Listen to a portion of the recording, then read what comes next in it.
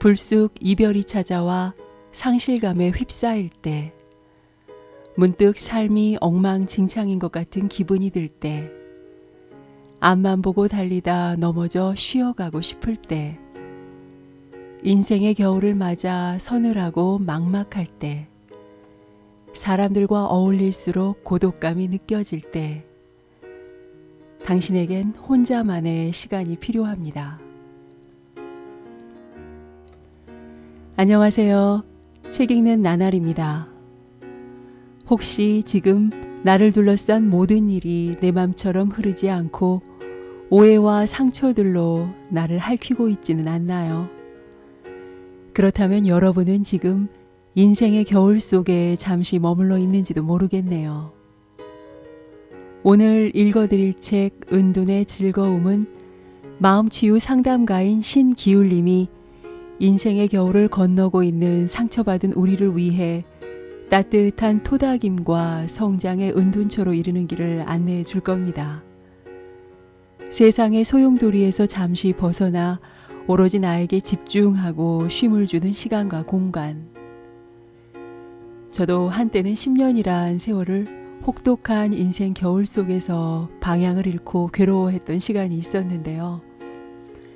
그때 저를 성장시킨 은둔의 시공간은 바느질과 산행이었던 것 같아요. 한 땀 한 땀 바느질하며 인내의 시간 속에 나를 돌아보는 계기가 되었고, 자연 속 산행길에서는 사유의 깊이를 키워왔던 것 같습니다. 여러분들도 새살이 돋을 수 있는 은둔의 시공간을 갖고 계신가요? 아직 길을 몰라 안개 속 삶 가운데서 주저하고 있으시다면 이 책을 꼭 읽어보시길 권해드립니다. 오늘은 책의 일부인 인생의 겨울을 지날 때 잊지 말아야 할 것들 낭독해 드리겠습니다. 편안한 마음으로 들어보세요.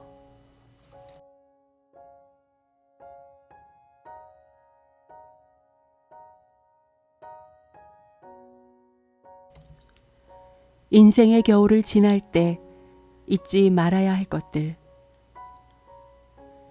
아침에 일어나서 출근하려고 하면 숨이 막히고 식은땀이 흘러요. 이유 없이 자꾸 몸이 아프고 얼굴이 점점 못생겨지는 것 같기도 하고요. 얼핏 들으면 어딘가 큰 병에 걸린 사람의 이야기 같지만 실은 직장 스트레스로 힘들어하는 사람들에게 자주 듣게 되는 말이다. 바늘구멍보다 좁은 취업 문턱이 사회적 고민거리지만 힘들게 들어간 회사에 적응하지 못하거나 직장 내 인간관계 문제도 개인에게 큰 고민거리다. 내가 마음치유 상담을 하면서 가장 많이 접하는 사람들의 고민도 회사에서의 적응과 이직에 대한 것이다.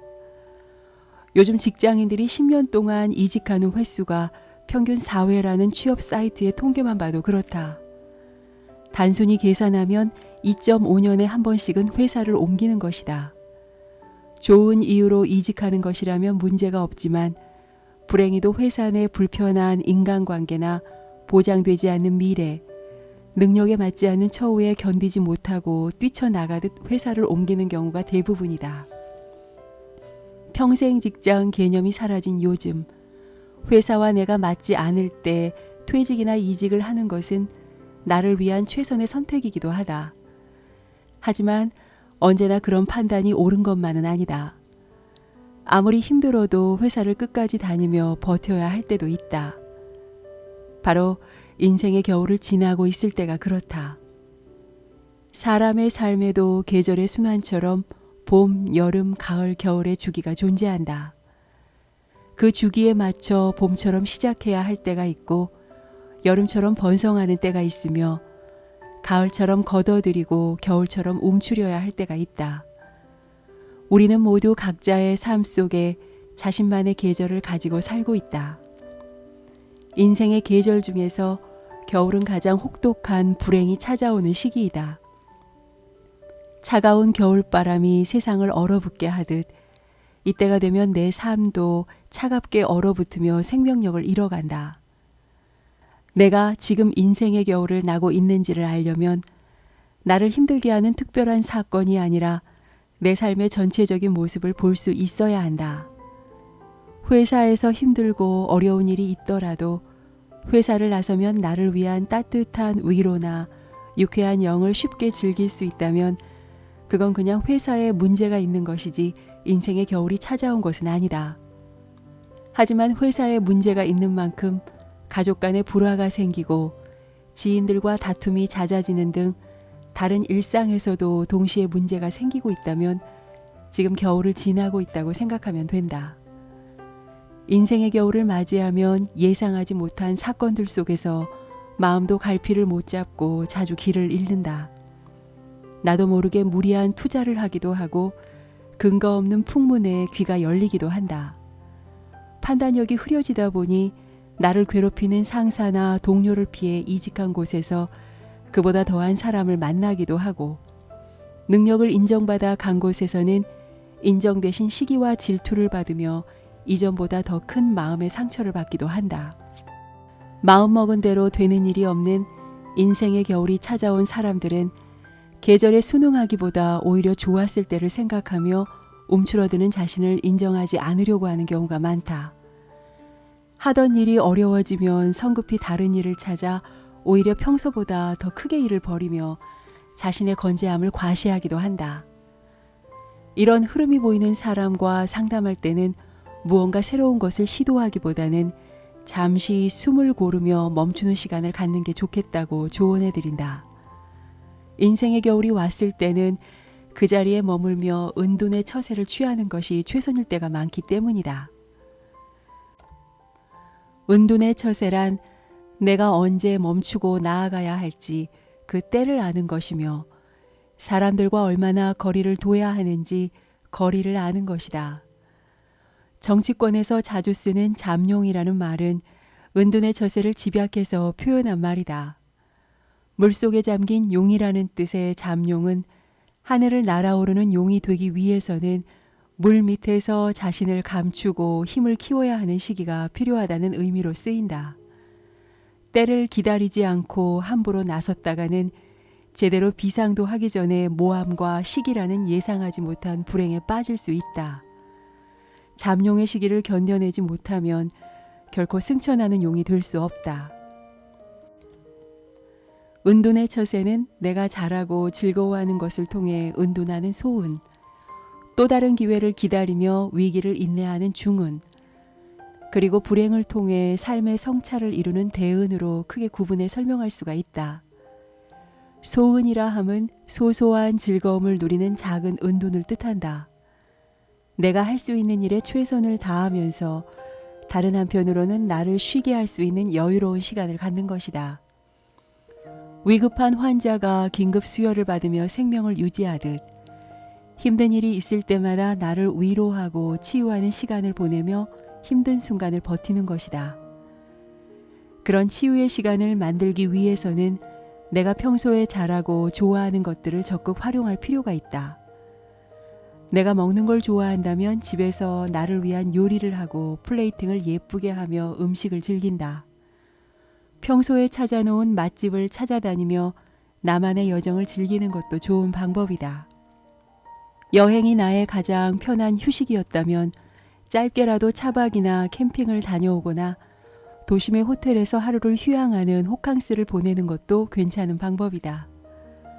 매일같이 이런 시간을 가질 수 있다면 가장 좋겠지만 여의치 않다면 일주일에 한 번이라도 나를 충전하는 시간을 적극적으로 내 삶에 배치하는 것이다. 은둔이라고 해서 꼭 혼자를 고집할 필요는 없다. 나를 즐겁게 해줄 사람과 함께라도 힘든 상황으로부터 분리되어 쉴 수 있는 곳이라면 그곳이 어디든 나의 안식처가 될 수 있다. 이때 한 가지 주의해야 할 점이 있다. 내가 쉴 수 있는 편안한 곳을 찾으라는 것이 진탕 술을 마시거나 방문을 걸어 잠그고 게임을 하라는 말은 아니다. 침대에서 뒹굴며 온종일 휴대전화를 보거나 드라마와 영화에 빠지는 것은 잠시 위안이 될 수 있을지 몰라도 충분한 휴식을 주지는 못한다. 오히려 그런 휴식은 고단한 현실을 피해 침대 속에 나를 방치하는 심각한 고립감으로 이어질 수 있다. 힘들게 일한 뒤에 하루 정도의 고립은 괜찮지 않느냐고 반문할 수 있지만 자발적 고립은 마약처럼 묘한 중독성이 있다. 그래서 한두 번의 달콤한 고립 경험이 단 몇 번만으로 끝나는 경우는 없다. 몸이 늘어지는 무기력한 순간이 자유롭고 편안한 기분으로 인식되는 순간 내 몸과 마음은 손쉽게 얻을 수 있는 고립의 안락함을 끊임없이 원하게 된다. 그렇게 반복된 고립은 결국 나를 위축시키고 주위와의 관계를 단절시키며 더한 고립으로 나를 내몰아간다. 은둔과 고립을 어떻게 구분할 수 있을까? 은둔과 고립의 확실한 차이는 다음날 느끼는 불안함에 있다. 은둔을 하고 난 다음 회사에 출근할 때는 그래도 다시 해볼만 하다는 긍정적인 의욕이 생긴다. 머리는 명료해지고 마음은 따뜻해지며 몸은 가벼워진다. 충분한 충전을 통해 몸과 마음의 탄력성이 회복된 것이다. 하지만 어제의 휴식이 나를 고립시킨 것이었다면 회사에 가야 한다는 생각만으로도 괴롭고 불안해진다. 머리는 무겁고 마음은 어두워지며 몸은 물에 젖은 듯 찌뿌둥하다. 고립이 마음의 면역을 약화시켰기 때문이다. 언제나 무기력한 고립에 이르지 않도록 주의해야 한다. 그러기 위해서는 짧은 휴식에도 내가 지금 무엇을 해야 하고 그것을 통해 어떤 상태에 이르게 될지를 알고 있어야 한다. 명확한 목적과 이유가 있을 때 휴식은 나를 위한 은둔의 시간이 될 수 있다. 다음으로 중은은 또 다른 기회를 만들기 위한 생업 중의 은둔을 말한다. 현실을 위한 생업을 이어가면서 한편으로는 또 다른 미래를 맞이할 능력을 키워가는 시간을 보내는 것이다. 만약 누군가 하루하루 고비를 넘기며 자신의 자리를 지키면서도 한편으로는 미래의 꿈을 위해 켜켜이 쌓여가는 노력을 하고 있다면 이미 중은의 시간을 활용하고 있다고 생각하면 된다. 중은을 떠올리면 고가의 명품 브랜드 샤넬의 창업자로 알려진 가브리엘 샤넬이 떠오른다. 샤넬은 혹독한 인생의 겨울 속에서 유년 시절을 보내야 했다. 그녀가 12살 때 어머니는 결핵으로 돌아가시고 무능한 아버지는 그녀를 프랑스 중부에 있는 오바진 수녀원에 맡기고 떠나버렸다. 18살이 되어 보육원을 나온 그녀는 의상실에서 재봉일을 도우며 저녁에는 술집에서 노래를 불러 생계를 유지했다. 힘든 시절을 보내면서도 그녀는 수녀원에서 배운 재봉을 하며 디자인을 공부하는 일을 게을리하지 않았다. 어디에서 무엇을 하든 시간을 내어 자신이 보고 느낀 것을 재봉틀에 앉아 모자로 옷으로 만들었다. 훗날 그녀는 자신의 재능을 알아본 첫사랑 아서 카펠의 도움으로 샤넬 모드라는 모자 상점을 내며 디자인계에 첫 발을 내딛게 된다. 그리고 이때부터 길고 길었던 그녀의 겨울은 끝이 나고 찬란한 봄이 시작되었다. 그녀가 만약 수녀원의 엄격한 규율을 견디지 못하고 그곳을 뛰쳐나왔다면, 술집에서 노래 부르는 자신을 견디지 못하고 다른 직업을 찾았다면 그녀는 자신의 인생을 바꿔줄 재봉도 아서 카펠도 만나지 못했을 것이다. 그랬다면 지금의 샤넬은 세상에 존재하지 않았을 것이다. 힘들고 어려운 시절 속에서 끝까지 자신의 자리를 지키며 재봉과 디자인을 손에서 놓지 않았기에 그녀는 다른 인생을 열어줄 기회를 만날 수 있었다. 차가운 겨울을 건너기 위해서는 우리에게도 샤넬의 바느질 같은 시간이 필요하다. 나를 힘들게 하는 생업의 울타리 안에 있으면서도 나만의 시간을 만들어 끝까지 놓지 않고 이어갈 수 있는 나를 위한 공부를 해야 한다. 그 시간은 간절한 기도로 새벽을 열며 일주일에 한 권씩 책을 완독하는 배움이 될 수도 있고, 주말이면 자격증을 따기 위해 학원으로 향하는 고단한 성장의 발걸음이 될 수도 있다. 아무도 알아봐주지 않더라도 봄이 오면 꽃 피울 수 있는 씨앗을 가슴에 꼭 품어야 하는 것이다. 그러다 보면 내가 겪은 삶의 위기가 위대한 기회로 바뀌는 마법 같은 필연의 봄이 분명 나를 찾아올 것이다. 마지막 방법인 대은은 겨울의 추위를 피하지 않고 온전히 받아들이며 내가 바라는 원대한 뜻을 이루는 깊은 은둔의 삶을 말한다. 불가에서는 이를 입전수수라는 말로 표현하기도 한다. 입전수수란 가게에 들어와 손을 내민다는 뜻이다. 자세히 풀이하자면 가게로 상징되는 속세에 들어와 사람들과 함께 춤추고 노래 부르며 어울린다는 뜻이다.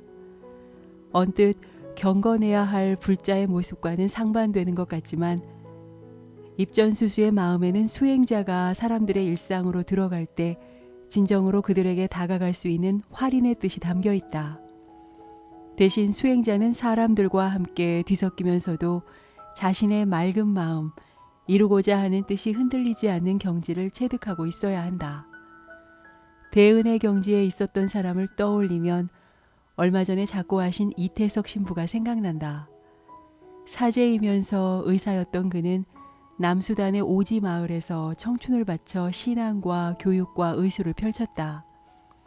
하루에 수백 명의 환자를 치료하고 어린아이들에게 초등교육을 가르치면서 이 모든 것을 자신이 당연히 해야 할 소명으로 여겼다. 그곳에서 그는 흔들리지 않는 신앙으로 사람들과 어울리며 이태석만이 할 수 있는 이태석의 삶을 살았다. 그가 가진 이력을 가지고 돈과 명예를 추구하는 삶을 살 수도 있었을 것이다.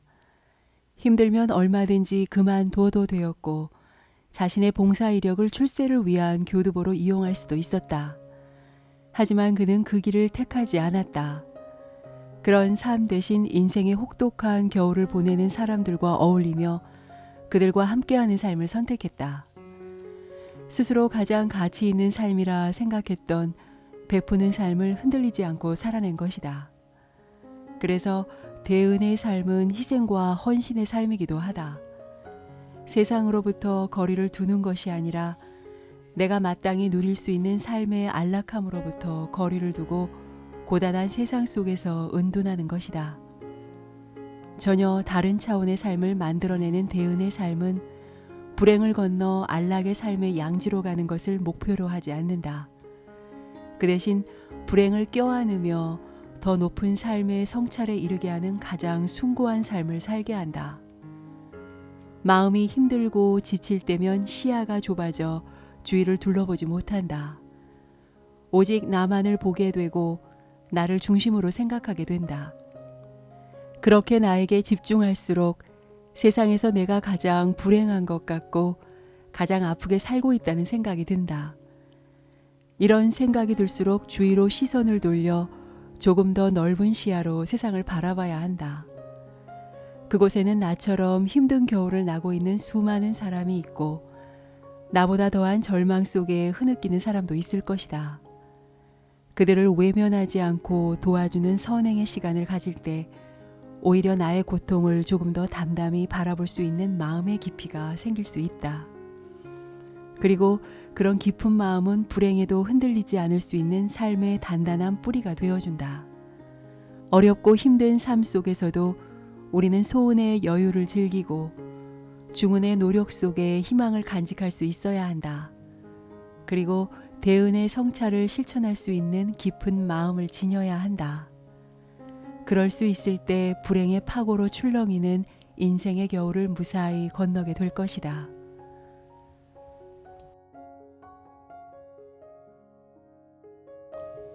오늘 읽어드린 책은 신기울님의 은둔의 즐거움이었습니다. 끝까지 들어주셔서 고맙습니다.